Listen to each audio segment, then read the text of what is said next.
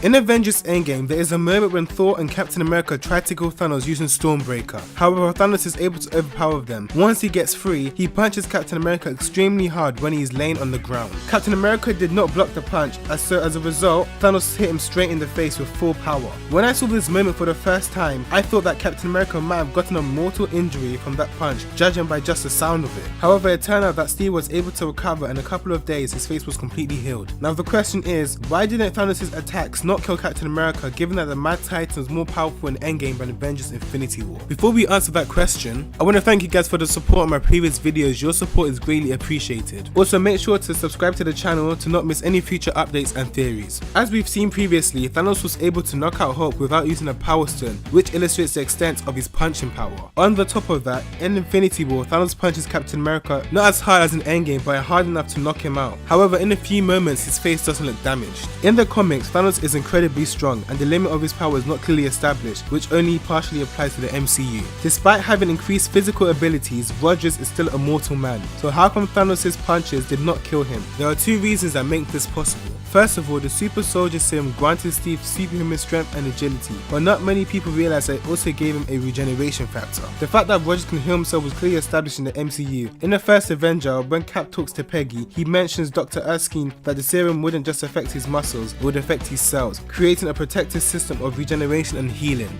Therefore, Steve Rogers has a healing ability, probably not as strong as Wolverine and Hulk, but is strong enough to recover from fairly serious injuries. In Incredible Hulk, Emil Blonsky received just a small portion of the amount of serum that Captain America had received, and he was able to heal completely from life-threatening injuries. Thanos also managed to make a serious cut through Captain America's leg. However, a few scenes later, Cap was able to run just fine, which again illustrates the effect of the serum, and the second factor which I'm about to explain. In Endgame, Thanos punches Captain America way harder than he did in Avengers Infinity War, so the super soldier serum wouldn't be enough to be able to recover from that kind of damage. It's also important to remember that this battle now became personal for Thanos, as he said himself, which means he's actively trying to hurt the Avengers as opposed to Infinity War, where he was purely interested in the Infinity Stones. That's another reason why Thanos' punches should cause more devastating damage to Steve, but they don't. Early in the battle, Captain America was able to lift Thor's hammer, which is one of the best moments in the MCU. By lifting Mjolnir, Cap actually gained the power of Thor, since Odin created a double spell. While casting away Thor, Odin said whoever holds his hammer, if he be worthy, shall possess the power of Thor. For that reason, by lifting Mjolnir, Steve Rogers acquires superhuman strength, endurance, and resistance to injury, as well as the control over lightning. That is why Captain America was able to strike Thanos with lightning and using the hammer at the same time. Since Steve possesses the power of Thor, he is able to take Thanos' punches right into critical damage, especially this last punch that Thanos throws at him before getting the Infinity Gauntlet. To conclude, before lifting Thor's hammer, most of the time Rogers dodged or blocked Thanos' punches. The super soldier serum allowed him to survive these attacks. However, Steve wouldn't be able to survive direct attacks from Thanos without the durability of Thor. I hope you guys did enjoy this video. If you did, please leave a like and subscribe, as your support is greatly appreciated. We are on the road to 5,000 YouTube subscribers. Take care guys, and I'll see you in the next video.